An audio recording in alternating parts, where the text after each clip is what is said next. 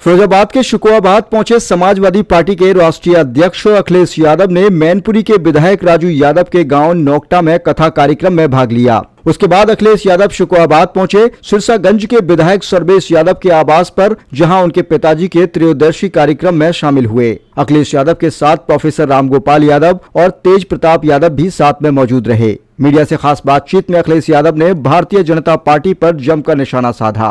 उन्होंने कहा कि अंबेडकर ने हमें संविधान दिया है, ये हम लोगों की रक्षा करता है, समानता का अधिकार देता है। भाजपा के लोग जानबूझकर अपमानित करने का काम करते हैं। इसके लिए एक नेता को नहीं, पूरी भाजपा को माफी मांगनी चाहिए। ये लोग कभी बाबा साहब का सम्मान नहीं कर सकते। हम लोगों के बीच जाएंगे, महिला, नौजवानों, किसानों से अपील करेंगे कि भाजपा को हराओ। अखिलेश यादव ने कहा कि कल युग की शुरुआत गुजरात से हुई थी। यह धर्म युद्ध है, इसमें धर्म और अधर्म की लड़ाई है। सदन में जो हुआ उसको लेकर बीजेपी राजनीति कर रही है। सदन की बात एफआईआर तक पहुंच गई। धर्म को आगे करके मंदिर के नाम पर दंगे कराए जा रहे हैं। संभल में हिंसा के शिकार लोगों को आर्थिक मुआवजा दिया जाए, या सरकार मुकदमा लिखकर डराने का काम करती है।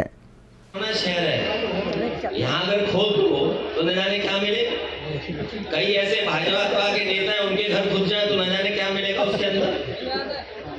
भाजपा के नेताओं के भी घर खुद जाए तो न जाने क्या मिलेगा उसके अंदर। हमारा आपका घर खुद जाए, पता नहीं क्या मिलेगा। ये धरती कब से है? मान लो हम भगवान श्री कृष्ण को याद कर रहे हैं तो 5000 साल हुए भी। 5000 साल ही हुए क्या स्वामी जी? कितने साल हो गए? 5000 साल की तो हम इतिहास जानते हैं। ये धरती 1 लाख साल से है और मनुष्य कब से आ रहे हैं, कब से जा रहे हैं। तो कहीं खोद दो के क्या ना मिल जाए वहां पर।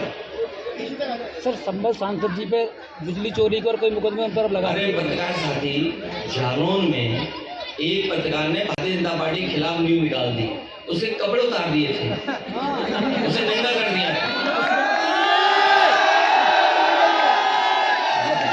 ये देखिए, ये सब सोशल मीडिया का जमाना है। अब आगे की रणनीति क्या होगी? आगे ऐसा नहीं जो चीजों को मैं जानता हो, इन चीजों को कैसे फेस करेंगे? नौजवान जानते हैं। इसलिए हम समाजवादियों की या जो भी सरकार में है उसके सामने चुनौतियां बड़ी हैं कि इन नौजवानों का भाग्य कैसे बेहतर हो।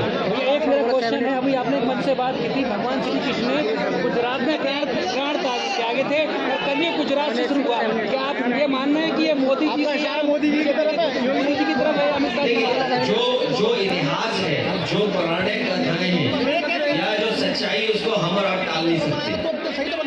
भगवान श्री कृष्ण का ये कार्यक्रम है और मैं चाहता हूँ कि आप लोग भी इसे रिसर्च करो, जानकारी दो, हासिल करो कि क्या सच्चाई है उसमें। क्योंकि जब भगवान श्री कृष्ण ने जिस समय प्राण छोड़े, उसी समय से मान्यता है कि कलयुग शुरू हो गया।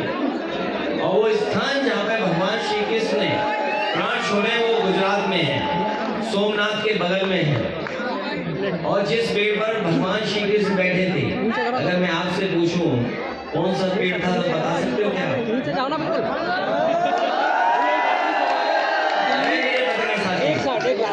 ये दिल्ली से इसको व्हाट्सएप से सवाल आ रहे हैं। दिल्ली के पूर्व मुख्यमंत्री अरविंद केजरीवाल, आगे की रणनीति क्या हुई है? 27 का प्लान क्या है? उपराज्यपाल जी के सक्सेना ने ईडी को मंजूरी दे दी, इसमें आपकी क्या है? देखिए, ये चुनाव आ गया है, इसलिए ईडी भी आ गई है। चुनाव आते ईडी, इनकम टैक्स आ जाती, चुनाव आते सीबीआई आ जाती। ये कौन सी नई बात है? सब जानते हैं बात। सर, समाजवादियों की अब क्या रणनीति कर? हमारी रणनीति ये है कि नौजवानों का साथ लें, किसानों को जागरूक करें, माता बहनों को भविष्य में हम लोग सम्मान देंगे। चाहे हमें किसी रूप में सरकारी योजनाओं से उनकी सुरक्षा, उनके स्वास्थ्य और उनके सम्मान के लिए कोई योजना बनानी पड़ेगी तो हम लोग बनाएंगे। पूर्व में भी हम लोगों ने अच्छी योजनाएं बनाई थी जो आज भी जनता को दिखाई दे रही है। चाहे वो एम्बुलेंस हो, चाहे पुलिस को गाड़ी हो, चाहे वो लैपटॉप हो, और चाहे बड़ी बड़ी सड़कें बनाई हो, चाहे बिजली का इंतजाम किया और नहरों का पानी फ्री किया हो, सब याद है। अंतिम सवाल, अंग्रेजों से लड़े थे भगत सिंह चंद्रशेखर, अंग्रेजों से लड़े थे भगत सिंह चंद्रशेखर, लोहिया जी लड़े इंदिरा जी के इमरजेंसी से। अब इस वक्त पे आप लोग कैसे देखेंगे? लोहिया जी लड़े थे इमरजेंसी में, अंग्रेजों के जमाने में चंद्रशेखर और भगत सिंह जी हुए। अब इस जमाने में आप इस लड़ाई को कैसे? नहीं, ये लड़ाई लगातार चलती रहेगी क्योंकि भारतीय जनता पार्टी ने बहुत बड़े पैमाने पर नुकसान किया है। ये बातें तो बड़ी बड़ी करते हैं। कल भी अगर हमने आपने सुना होगा कुवैत का भाषण प्रधानमंत्री का प्रधानमंत्री जी का कुवैत का भाषण सुना होगा कि न जाने कितनी बड़ी चीजें बता रहे हैं, लेकिन जमीन पर कहाँ है? कुछ नहीं है। जमीन पर क्या है? अगर दो लोग सक्सेसफुल हो जाएं तो वो देश के लिए कितना फ्रूटफुल साबित होंगे। हमें बड़े पैमाने पे नौजवानों को नौकरी रोजगार देना है, हमें वो इंतजाम करने हैं जिससे बड़े पैमाने पे नौजवानों का रोजगार मिले, नौकरी मिले।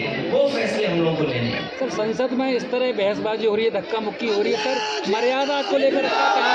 मर्यादा भंग नहीं हो रही।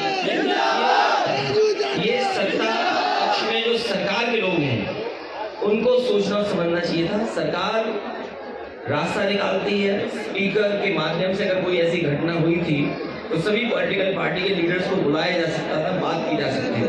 लेकिन आप बहानेबाजी देखिए उनको, ये सब जानते हो आप बहानेबाजी थी। और कई लोगों ने ऐसा कहा है कि ऐसा ड्रामा, ये खोदने वाले लोग भारत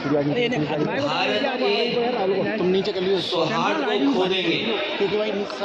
और पहले भी गलत, क्योंकि जब हमारे देश में प्लेसेस ऑफ वर्शिप एक्ट पहले से मौजूद है और प्लेसेस ऑफ वर्शिप एक्ट इस बात की पाबंदी लगाता है कि किसी तरह की चीजों में इस तरह के सर्वे, इस तरह के खुदाई के काम न हो। लेकिन भारतीय जनता पार्टी जानबूझ करके इन मसलों को इसलिए उठा रही है क्योंकि किसान के सवाल पर वो बात नहीं करना चाहते। भारतीय जनता पार्टी से किसान ये पूछेगा ऊपर नहीं कि आपने तो किसान की आय दोगुनी की बात की थी, लेकिन किसान आज भी तकलीफ और परेशानी में है। जिस समय उसे डीएपी चाहिए था, डीएपी उपलब्ध नहीं था, खाद उपलब्ध नहीं थी, जो बीजों की कीमत बढ़ी है, कीटनाशक दवाइयों की कीमत बढ़ी है, और बिजली का बिल लगातार बढ़ता चला जा रहा है। जो सिंचाई से लेकर के तमाम इंतजाम थे वो सरकार करने में नाकाम रही है। और अगर फसल तैयार भी किसान कर रहा है तो उसको कीमत कहाँ मिलेगी, उसके लिए कोई इंतजाम सरकार नहीं। और जितने बड़े पैमाने पे बेरोजगारी बढ़ती चली जा रही है, 10 साल हो गए उनको दिल्ली में, उत्तर प्रदेश में भी 7 साल की सरकार हो गई। अगर हम 17 साल का हिसाब किताब लगाएं, इस सरकार ने बेरोजगारी बढ़ाई है, न नौकरी है न रोजगार है। तो इन तमाम सवालों से ध्यान हटाने के लिए जानबूझ करके सरकार इस तरह की खुदाई के कार्यक्रम कर रही है। और आज अगर भारतीय जनता पार्टी के अंडरग्राउंड जो पॉलिसी बनाते हैं, ये पाइपलाइन जो अंडरग्राउंड पड़ती है, उसी तरह भारतीय जनता पार्टी की विचारधारा अंडरग्राउंड अंदर ही अंदर काम करती है। ये बात पहले भी कहनी चाहिए थी। लोगों की जान चली गई, लोगों के घरों में छापे पड़ रहे हैं, बिजली के नाम पर 2-3 हज़ार लोगों के यहाँ FIR दर्ज हो गई। अगर ये बात गलत थी भारतीय जनता पार्टी की तो जान तो वापस नहीं ला सकते, उन्हें मुआवजा देना चाहिए उन गरीब परिवारों को। और जितने भी झूठे मुकदमे लगे हैं, चाहे वो सांसद पे हो चाहे किसी को, सब वापस देना चाहिए। सांसद के खिलाफ करोड़ों की रिकवरी जारी की गई है। देखिए, बाबा साहब भीमराव अम्बेडकर जी ने हमें संविधान दिया है और लोकतंत्र में ये हमारे लिए रक्षा कवच का काम करता है। संविधान हमारे लिए, आपके लिए ये संविधान रक्षा करता है, हमें आपको सम्मान दिलाता है। और जानबूझ करके भारतीय जनता पार्टी अपमानित करना चाहती है। ये तमाम वो लोग हैं जिन्होंने कभी सम्मान नहीं किया संविधान का, लोकतंत्र का और बाबा साहब भीमराव अम्बेडकर। जो बीजेपी के लोग, केवल एक नहीं, बीजेपी के सभी लोगों को माफी मांगनी चाहिए। सर, अब समाजवादी पार्टी आखिर कहां तक जाएगी? समाजवादी पार्टी जनता के बीच जाएगी, इन किसान भाइयों से, नौजवानों से अपील करेगी, माता बहनों से कि भारतीय जनता पार्टी लोगों को हराओ। राहुल गांधी की FIR पे क्या कहें? राहुल गांधी की FIR पे क्या कहें? गांधी जी को नोटिस, राहुल गांधी की FIR पे देखिए, भारतीय जनता पार्टी जानबूझ करके ऐसी बहस छेड़ना चाहती है देश में जिससे उसे लाभ मिले। वो लोकसभा परिसर की घटना है। कई बार लोकसभा परिसर में ऐसी घटनाएं हुई हैं जिसमें FIR दर्ज नहीं हुई। आपको याद होगा, लोकसभा में देश के बहुत बड़े नेता भारतीय जनता पार्टी के अडवाणी जी, वो 1 करोड़ रुपए लेकर के आए थे और उन्होंने उस समय एफआईआर दर्ज हुई किसी पे, एक जेपीसी बन गई थी और जेपीसी के माध्यम से उस पर चर्चा कर करके जो कार्रवाई करनी थी वो विधान लोकसभा के अंदर हुई। लेकिन ये जानबूझ करके भारतीय जनता पार्टी लोगों को डराना चाहती है। एफआईआर से, झूठे मुकदमों से कोई डरने वाला नहीं है। भैया समाजवादी पार्टी के बाराबंकी के विधायक ने कहा कि भारतीय जनता पार्टी आतंकवादी संगठन है सर।